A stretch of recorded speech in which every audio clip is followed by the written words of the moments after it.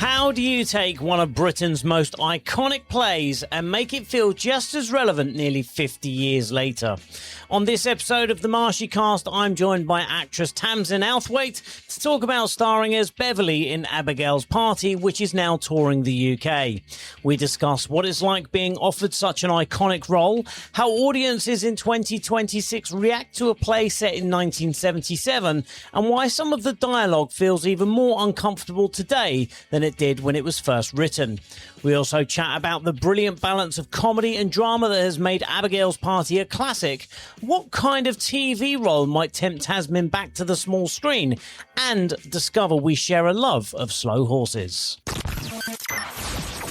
It's Paul Marsh, and I'm delighted to say that I've been joined by Tamzin Outhwaite. Tamzin, how are you? Oh, I'm very good. Thank you, Paul. It's lovely to be here.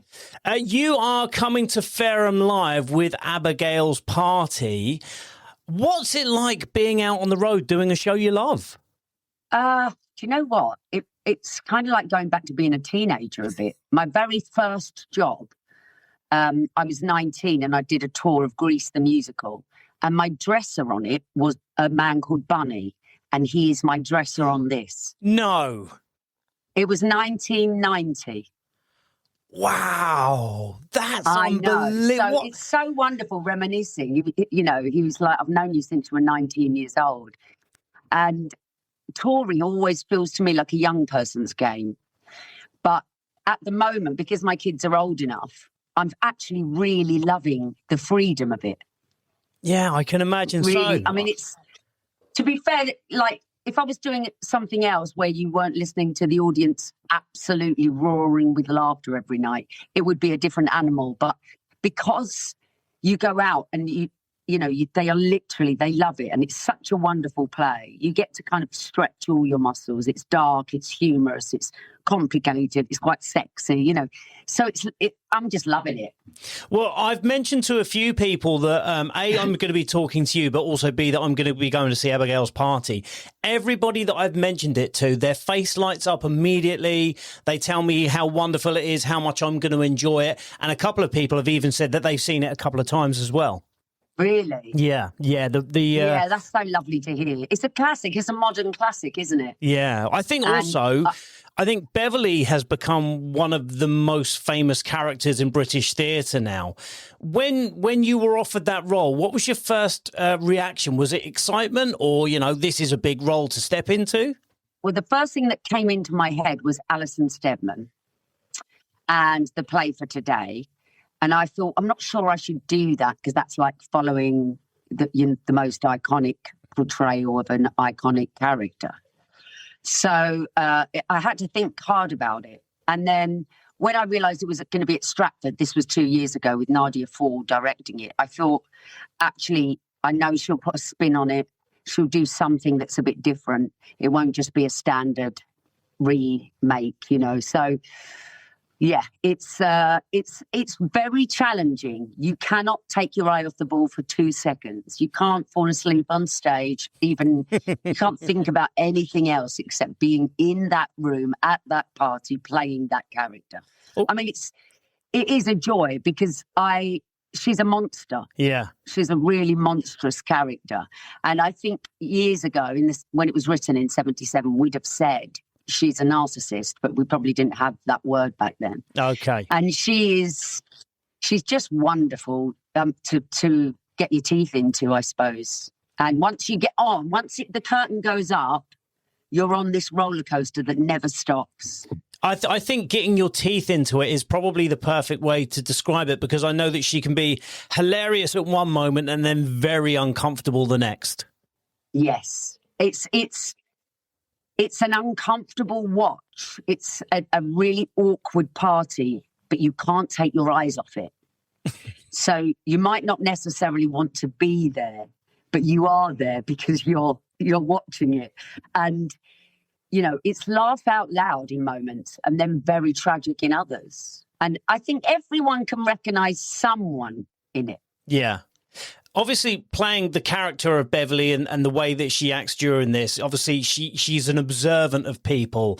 Do you find that this has changed you since you've been playing her? Do you find that this has changed you when you walk away from the stage and you're at a restaurant or somewhere like that? Do you find yourself watching people a little bit more?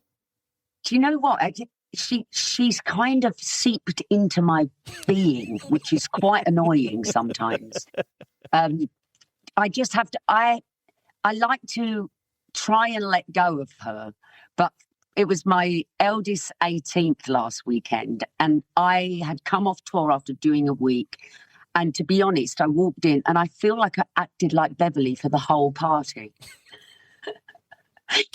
Which is a bit disconcerting, but maybe only having one day off. Maybe it's dangerous to come out of character. Who knows? Maybe you just need to stay in it until the end of September, which is a little bit dangerous. But I'm finding so much fun with her on stage. You know, there's this lovely analogy that our director says, which is she's picking the legs off of a spider all the way through the evening. Oh. And so it's tragic, but she does it with such humour that you can't help but kind of love her. Well, obviously being set in 1977, and I hate to say what I'm about to say, we are talking about 50 years. Oh, my God. I know, right? So I do apologise for that one. It's so scary. What do you notice? There are certain things that you go, in 50 years, this hasn't changed at all. And then certain things in 50 years, this has changed completely. Yes. I mean, it's completely still relevant to this day.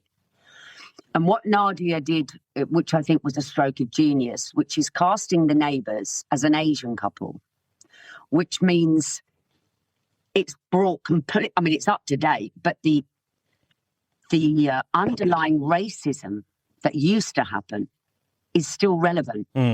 So it doesn't feel dated. It feels like it could be now, but it's very definitely set in 77. The set, costumes, your attitudes, just what they're talking about, how the one-upmanship of the road that they live on exists. And you know, they're all working class, I'd say, except for Sue, who lives at number 9, who's middle class. And Beverly's very keen on continually showing off her, you know, her buys, her wares, that, you know, the fibre light and the leather sofa and the things that really matter to her. It's very much keeping up with the Joneses. And she's very proud of everything she owns. And she's chain smoking indoors and drinking constantly. Do you know what? It's funny, you know, and I obviously, so I've got a young daughter. She's 12 years old, and we talk about TV, and she doesn't understand why we had to rush out for the ad break and make a cup of tea and come back. You know, why didn't you just pause it? Why didn't you just rewind it? And I said, well, I have to explain that these things never existed. And it's the same as smoking indoors. You know, I worked in construction when I was younger, you know, and you're in a van with 6 other blokes all smoking, and you think it's crazy that used to happen, and we didn't even think twice of it.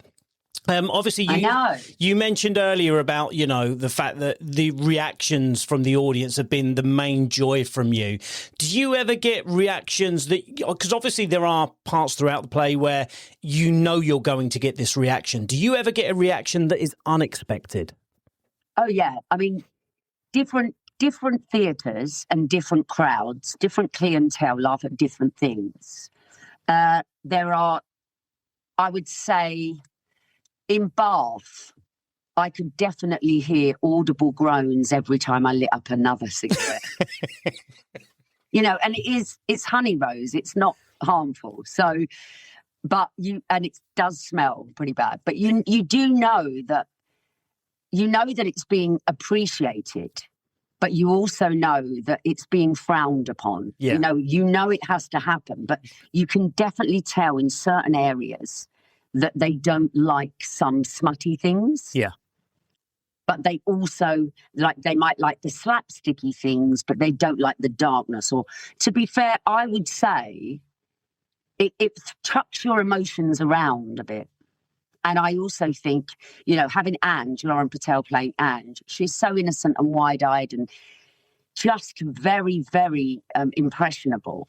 And so Beverly kind of tries to mould her and use her, and gets her on side to kind of have a go at Lawrence. And I think she's a much loved character. And I would say that Bath just loved her. They loved her because she was such clean, wholesome fun. Whereas Beverly is not clean, wholesome fun. And the drunker she gets, the more filthy, swearing. I mean, she uses awful profanities. But but all under the guise of a nice smile and being polite, saying your pleases and thank yous. Like we're saying about so much has changed over the last 50 years. I mean, you talk about racism and then smoking and the way that we behave in bits and pieces like that. And I know that over the last 10 to 15 years, there's been a lot change in film and TV where, you know, they'll... one of the streaming services will upload a TV show from the 70s or the 80s or whatever. And there's always that choice, isn't there? There's the choice of, do they cut the things that are now offensive and that aren't acceptable now? Or do they put a warning beforehand saying that a lot of the views and opinions are now outdated? Obviously, with this play, you are including all the things that are outdated. Do you think that that is the right way to go? I think to be authentic to the time. Yeah.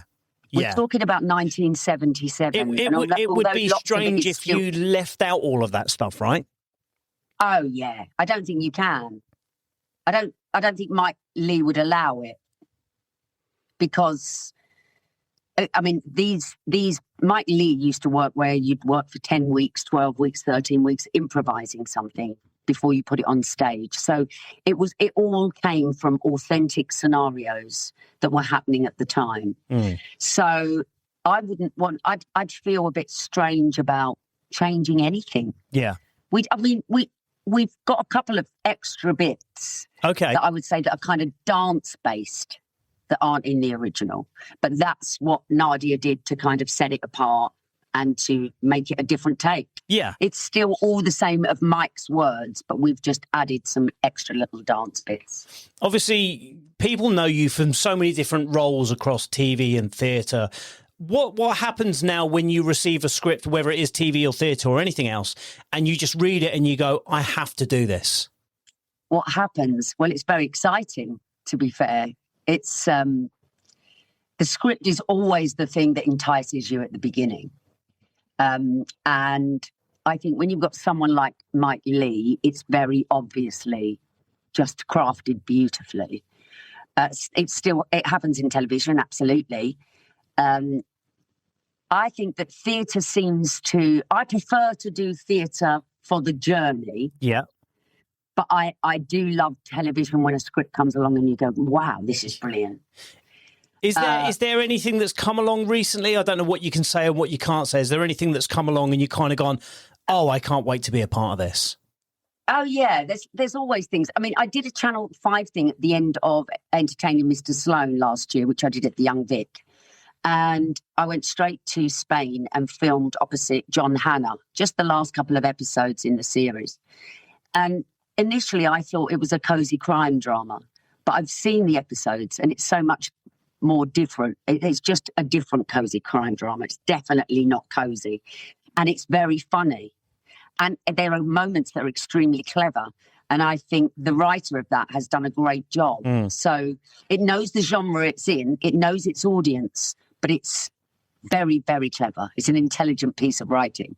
So I think at the moment, an awful lot of people are really happy to see peace on television. Right. Okay. Laughter. Yeah. Peace. You know, it doesn't always have to be high, tense drama. Yeah. Because I think we're seeing that in everyday life at the moment.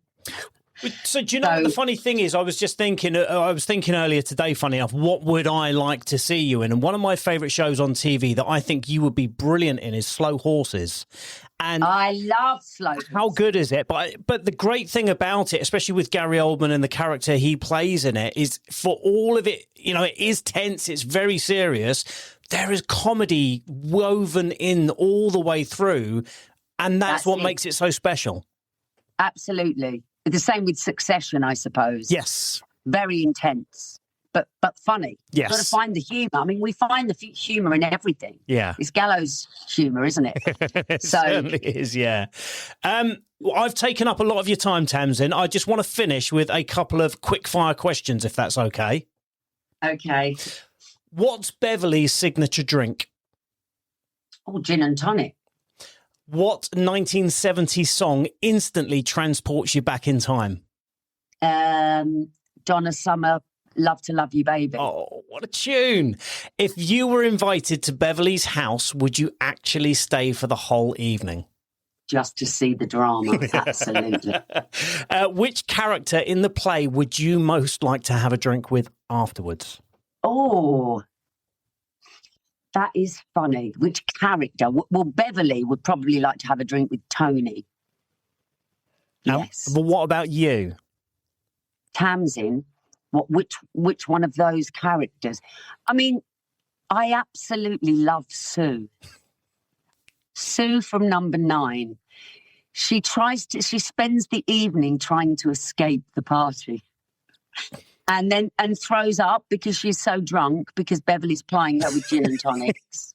And all she wanted to do was pop in and have a sherry, but she didn't have sherry. So that sounds very familiar, that one, actually.